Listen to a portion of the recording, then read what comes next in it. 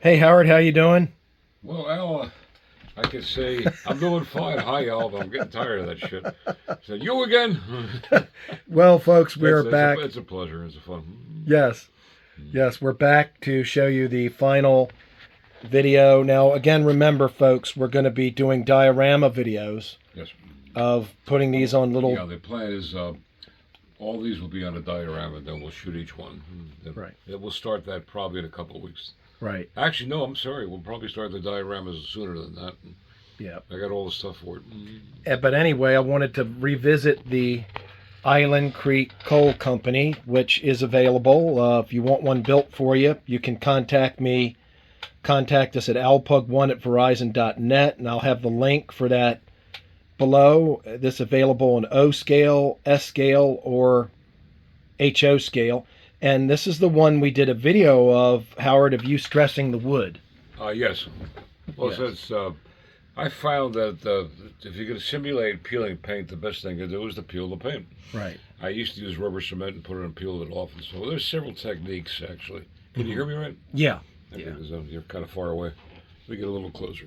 All right. Now we did a video, folks, showing that you can just check on the channel. Howard put a couple coats of gray primer on, or a coat of gray primer, and then 3 or 4 coats of white paint, and just started scraping the paint off. And I got a number of reviewers that really, again, there's more than one way to do this. That's the way Howard's showing me to do it. And Well, this is the most fun. Now, weathering like this, you're making, as I said, making a decrepit building into a decrepit building, is a lot of fun, actually. It's an art project because after you do the scraping, then you do the weathering with alcohol and India ink, and that really brings the color back in the scale, and it really fills in a lot of gaps. And then you put the pastel weathering on, and that's overdone. You can see over here where it's pastel weathering, down along here. Now this is a coal and coal country, so obviously this would be near a mine, and so it would be dirty, Right. soot and so forth.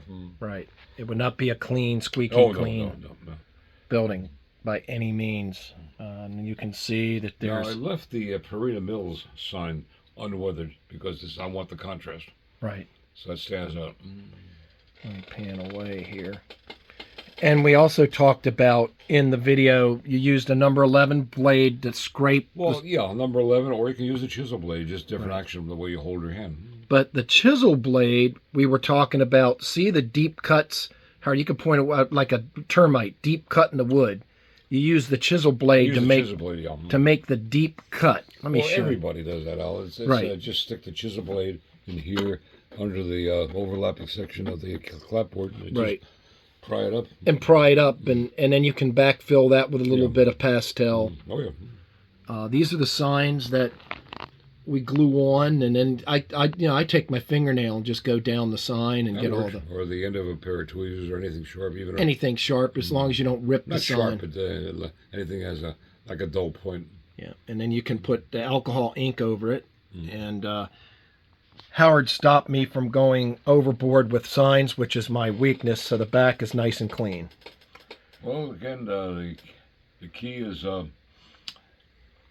less is more. Yeah, knowing You when can to stop. always add, but once you have the stuff on, it's very difficult to take off. Right. You know it's doable. Remember I said there's nothing that can't be fixed. Right. And that is true. If somebody said, hey, I don't like the weathering, I want it painted bright white, it can be done. Right. And these are dry It would be brushed, cheap, but it could be done. dry brushed roofing, and these are the balsa sticks with the Greeks stone paper. You said balsa? Oh, yeah, Is the framing is balsa. Okay. We can show Yeah. you. Yeah. Now this frame, the roof is sound solid, but to get access, now this has an interior in the front. You'll see it when we light it up in the back. But when we do the finished diorama, you'll see the lighting. This whole thing is beautiful. All right, It's got let me figures see. in it. Now I'm going to flip this upside down. Hold on, Howard. I think I've got my phone. Might be able to see in there. Let me. I got it. Yeah. It's completely. Now it's dark Actually, until we put power to it. you can see a little bit through there. But once we put, like I say, once this is lit up, you'll be able to see it better. Buildings that do not have removable roofs Right. Removable roofs. Right. Have the so we have access through here. Okay. And this is the shadow box you built for the interior, which is a picture folded over. No, there's enough room to get your hand in there as possible. It'll be difficult, but it's doable. Right. Now you see, this is what I'm talking about, all the bracing with the balsa strips. Mm-hmm. Yeah. Yeah, beautiful. Okay. We can flip it back.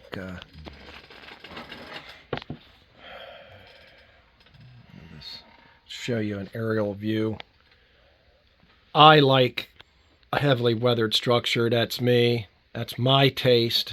And I love this thing. And this is the one that we decided to put the Island Creek sign a little higher on rather than hang it low. Originally it was going to go over here. Now this is the third version of this I built. Mm-hmm. The first one was HO. Then I built one at O-scale for Mel Shapiro out in Colorado. I mentioned his name because Mel is no longer with us, unfortunately. And so each one's a little different. Like I will not build the same building twice. Right. I build the same building twice, but the details will be different. Right.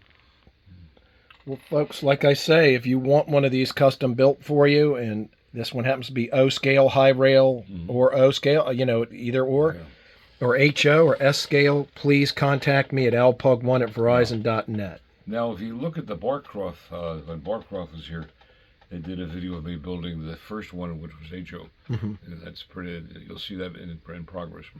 And this one here is about 27. We don't have to measure it, but I think I'm pretty good at this. It's around 26, 27 inches long. Yeah, by 10 inches wide. By about 10 inches wide. By so 10 inches high. You do the math, in HO scale, the building would be about half this size. It would be about 13 inches long by about maybe 4 inches wide. So it would not take up so much space. And again, there's no such a place as Island Creek. Right. Oh, it's just in my head. Right. And we can change the word to be anything you want, folks. So I have a customer that has quite a few grandkids in their family, and every single structure on the layout, Bill Garvin, you'll see videos on his layout. We put names of virtually all his different family members and friends on a lot of buildings, which is a lot of fun. Well, the towns in my layout are named after people that helped me. Yes. We have to get a Puglisi. Yes. Town of Puglisi somewhere. Puglisi. That's going to be difficult. Yes, Puglisi. Well, Howard, I appreciate this, and we will be doing another O-scale structure shortly. So thank you for watching the channel. And again, folks, I've said it again, but for pricing and for take a while to build these. We don't have these. We build them on to order. Just contact me at alpug1@verizon.net, and we'll be happy to discuss building one for you. Thanks so much, Howard. Thank you again.